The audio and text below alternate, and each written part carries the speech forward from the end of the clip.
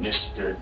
911 operators received a chilling call from Willoughby Hills, Ohio, on November 16, 2012, wherein a 13-year-old reported between sobs that her sister was stabbing her mum with a knife. 911, what is your emergency? What is going on? Hello? My mom was a knife. She's shot her. Who had the knife? My sister. As soon as the first responders arrived at the site, they found 18-year-old Sabrina Zunick walking out of the bedroom with a 12-inch bread knife, dripping with blood. Naturally, Sabrina was the primary suspect in the murder of 41-year-old Lisa Knofel. All this time, Megan and Haley, Lisa's 13 and 3-year-old daughters, were inside the house, while her husband was away on a business trip. But how did it come to this? Why would Sabrina, who was supposed to be part of the family, commit such a heinous act against her foster mother? Trust me, you'll need to watch until the end to discover the truth. You may find it hard to believe. 10 hours after the murder, Sabrina is brought in for questioning and asked about the events of last night. Line, please. Yeah, you remember me, right? Having seen her with the bloody knife, the detectives already know that Zunick was responsible for the murder, but what they want to know is why. But the teen refuses to cooperate and lists out her usual activities while denying that anything out of the ordinary happened. What do you recall? From yesterday? Mm-hmm. Getting done with my homework? Going, I don't know, and that's it. Mm-hmm. I'm going to bed. And we're at home. Mm-hmm. What, anything unusual happened? I don't know. Seeing that Sabrina wanted to pretend like she didn't remember, the detectives tried a new approach by trying to find out the family dynamics. How do you get along with Kevin? Kevin and me are cool. I mean, he's more the one that helps me out. Because this has Megan to deal with, and so we made agreements a long time ago that if I need anything, that I can go to Kevin.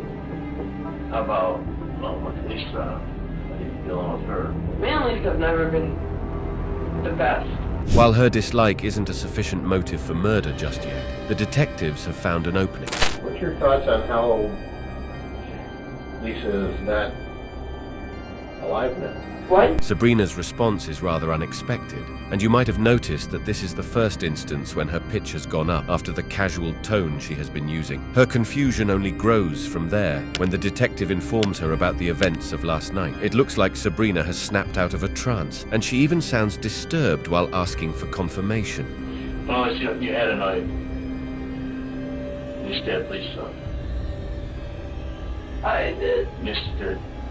But note that while she may have raised a question, she does not deny that she committed the murder at any point. As the investigation unfolded, detectives delved into Sabrina's troubled past, trying to piece together the puzzle behind the murder. The chain of texts between Sabrina and her foster father, Kevin, led to the investigation of his involvement in the murder, who only agreed to an interview in the presence of his lawyer. The detectives agreed to question him on his wife's work, hoping that he would provide some clues about what had been going on in the house.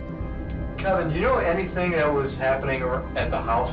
Kevin's attorney blocks any questions outside the scope of Lisa's work, but his body language hints at how little he really cares about this matter. Were you and Lisa in the process of going through a divorce? Okay, now we're getting outside the scope. After 6 months in police custody, Sabrina agreed to talk to the prosecutor. During her proffer session, Sabrina revealed none other than her foster father, Kevin, as the mastermind behind the plan to murder Lisa. She also shared the unsettling truth about the secret relationship she had with Kevin. As their sexual relationship progressed, the Knofels' marriage hit a rough patch.